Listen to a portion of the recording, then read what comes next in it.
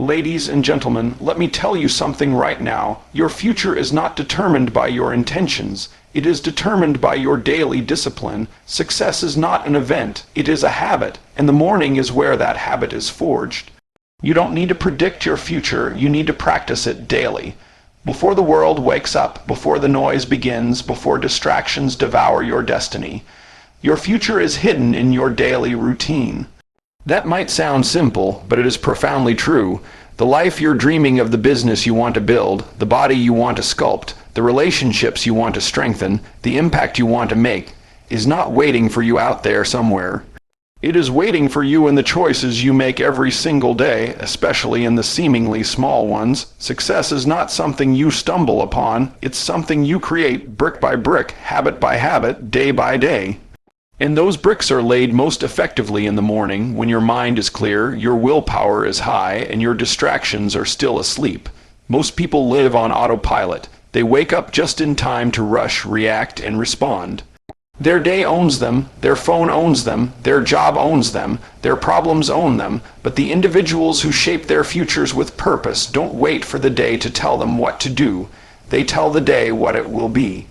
And that starts with the routine they commit to every morning. That's because routine creates rhythm, and rhythm creates momentum. Momentum builds confidence, and confidence, real, earned confidence, is the foundation of unstoppable progress. You don't need to overhaul your life in one sweeping change. You just need to dominate your morning with consistent, purposeful action. When you do that, you're not just developing habits, you're developing identity.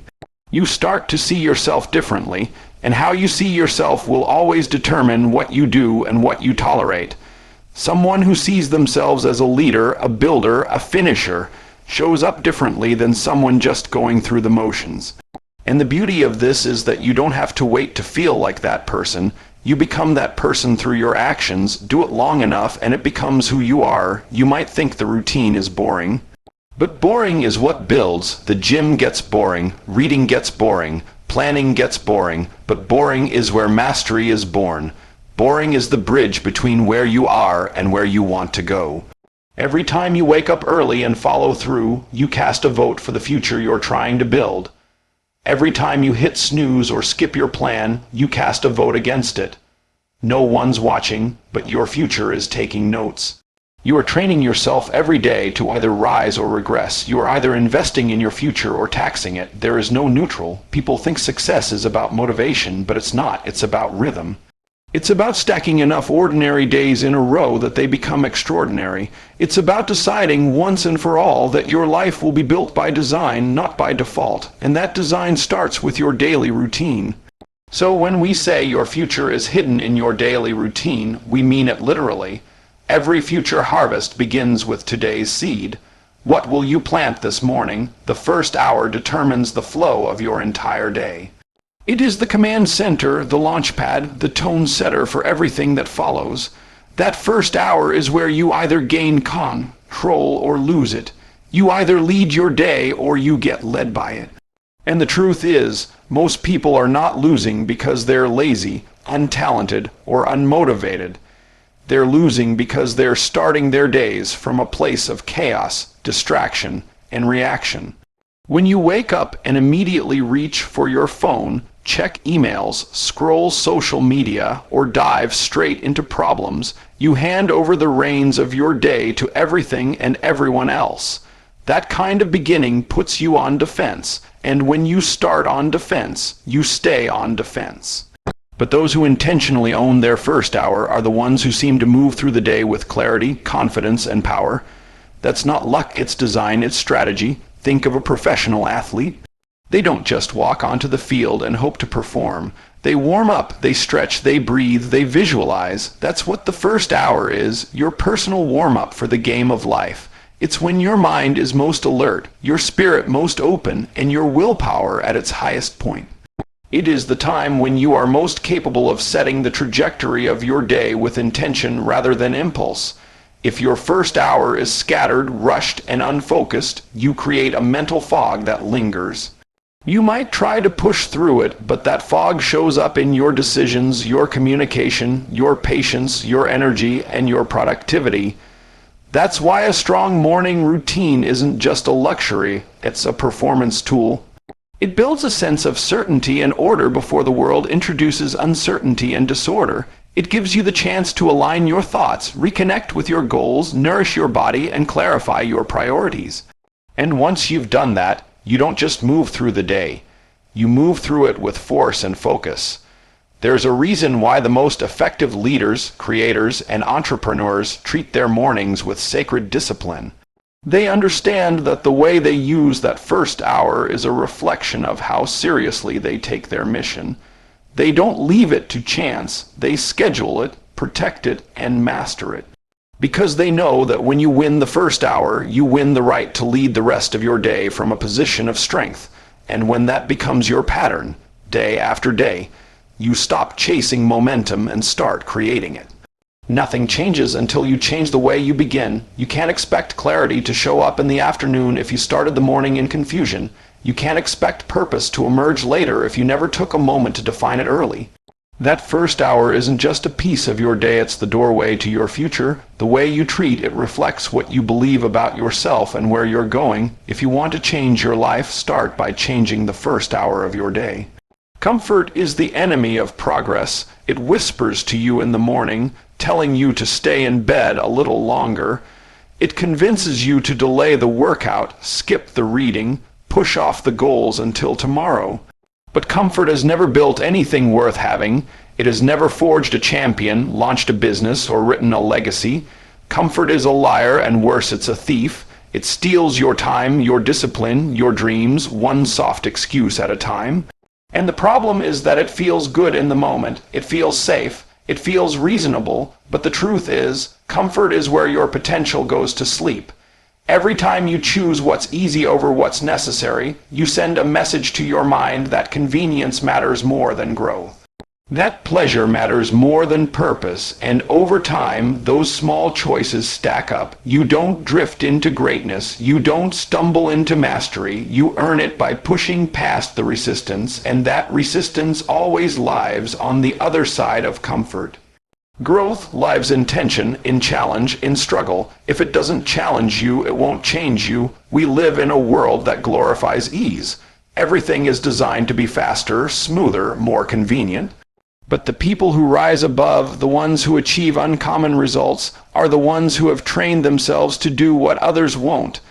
They've made peace with being uncomfortable.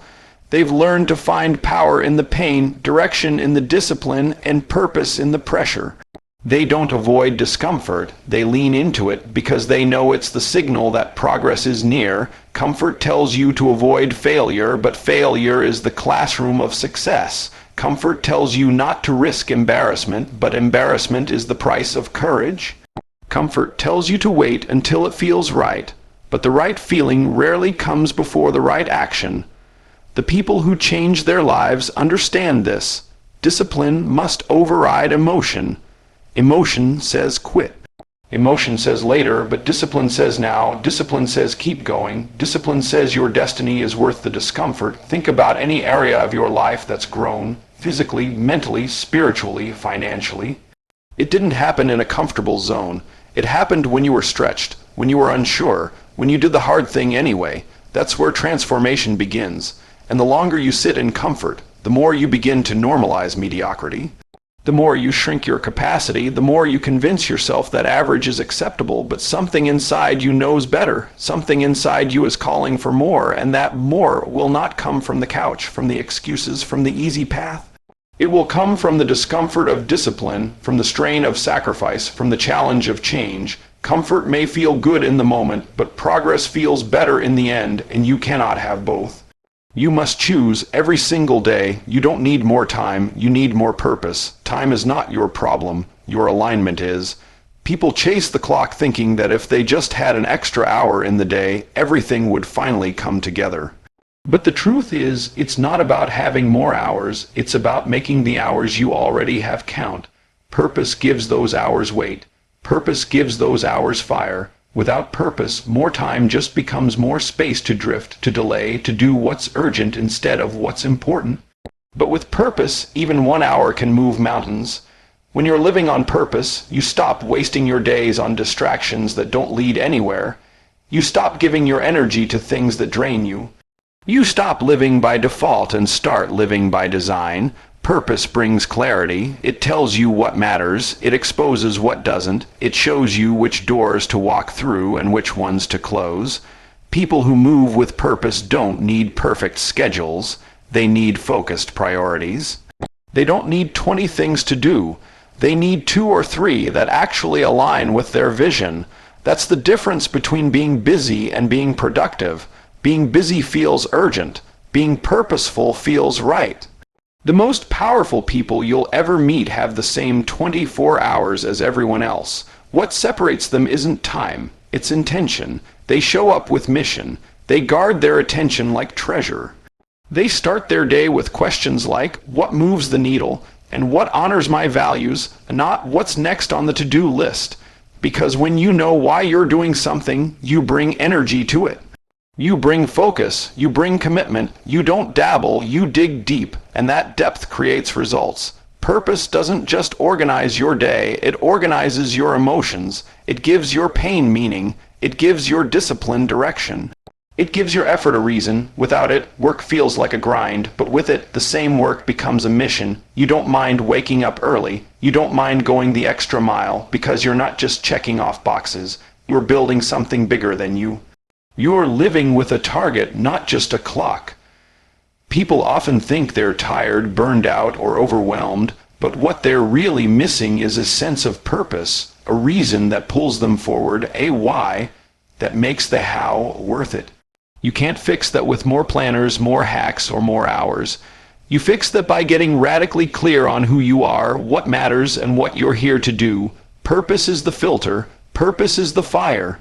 Purpose is what makes an average life exceptional, not because of how much you do, but because of how much what you do matters. So no, you don't need more time. Time is neutral. It's what you pour into it that makes the difference. What you need is to wake up with purpose, move with purpose, and let that purpose shape how you spend every moment you're given. A champion's morning starts with alignments, spirit, mind, and body. Before the emails, before the calls, before the world places its demands, champions take time to get in sync with who they are and who they are becoming. They don't just wake up and run into the day. They rise with intention, they prepare, they align, because they understand that power doesn't come from rushing, it comes from order. And when your spirit is centered, your mind is clear, and your body is activated, you become a force. You move differently, you think differently, you respond instead of react, you lead instead of chase. Alignment is not about perfection, it's about position. When you start your morning grounded in purpose, you carry that foundation with you through the chaos. Life will always bring noise. There will always be challenges, distractions, unexpected turns, but when you've already taken time to align yourself, those things don't throw you off as easily. You don't get shaken by every little thing. You've built your day on solid ground. Champions make that alignment a priority because they know that their external world reflects their internal state. If the inside is scattered, the outside will be chaotic. But if the inside is centered, the outside becomes manageable, even when it's hard. Spirit comes first because it governs your values, your peace, your compass. Taking even a few minutes to pray, reflect, or meditate resets your soul. It reminds you why you're here, who you serve, and what really matters. Without that, it's easy to fall into performance mode, doing a lot, accomplishing little, and feeling empty. But with spiritual alignment, even your smallest actions feel anchored. They have weight, they have depth, they're part of something bigger than you. Then comes the mind. A champion feeds their mind first thing in the morning with intention, not junk, not gossip, not comparison. They choose thoughts that serve them, they review their goals, read wisdom, speak truth. They don't wait for confidence, they program it. They understand that the mind is a garden, and whatever gets planted first tends to grow all day. So they choose seeds of clarity, courage, and vision. They rehearse who they're becoming, not who they've been. And then the body. Movement is not just physical, it's spiritual and mental, too. Champions know that when they move their body, they move their energy. They increase focus, discipline, resilience. It's not about training for a competition, it's about training for life. A walk, a workout, stretching, breathing. All of it signals to the body that we're here, we're awake, and we're ready. Neglecting the body first thing is like expecting a car to drive all day without gas. But champions fuel themselves, intentionally, consistently, with purpose. This alignment, spirit, mind, and body, is not optional for those who want to operate at their highest level. It's the baseline, it's the standard, it's what turns ordinary people into extraordinary leaders. And it all begins in the morning before the world gets a vote. Control the morning and you command the day. The moment your eyes open, you stand at a crossroads. You can drift into the current of randomness, or you can step into the captain's chair and chart a deliberate course. The choice is made in minutes, not hours, yet it echoes for the next 24. When you seize those early moments, you capture a leverage point that multiplies everything that follows. Imagine striking a tuning fork in a quiet room. The single tone vibrates through every object around it. That's what a well-orchestrated morning does to your schedule, your mindset, your relationships, your business. One clear frequency that brings scattered elements into harmony. You begin with intention, so the inevitable interruptions of the day feel like ripples, not tidal waves. Commanding the morning is less about waking up at a heroic hour and more about waking up with heroic focus. The power lies in predetermined actions that prime your physiology, align your psychology, and anchor your priorities before external demands flood your attention. 5 minutes of gratitude recalibrates your emotional baseline. 10 pages of inspired reading sharpens your perspective. A brisk stretch or workout ignites dopamine and endorphins, lighting the neurological fires that drive motivation. Review your single highest impact objective and the secondary tasks that support it, and suddenly your to-do list shrinks from a forest of obligations to a spear aimed at a target. You are not merely reacting to events, you are orchestrating them. Most people let the day inform their mood. An email ping dictates stress, traffic dictates frustration, headlines dictate pessimism. But when you own the morning, you flip the script. Mood informs perception.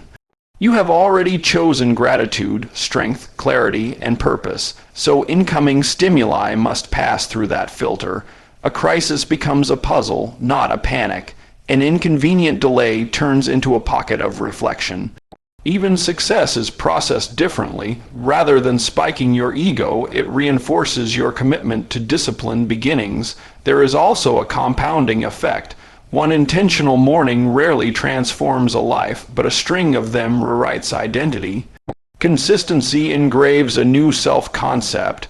I am a person who shows up on purpose.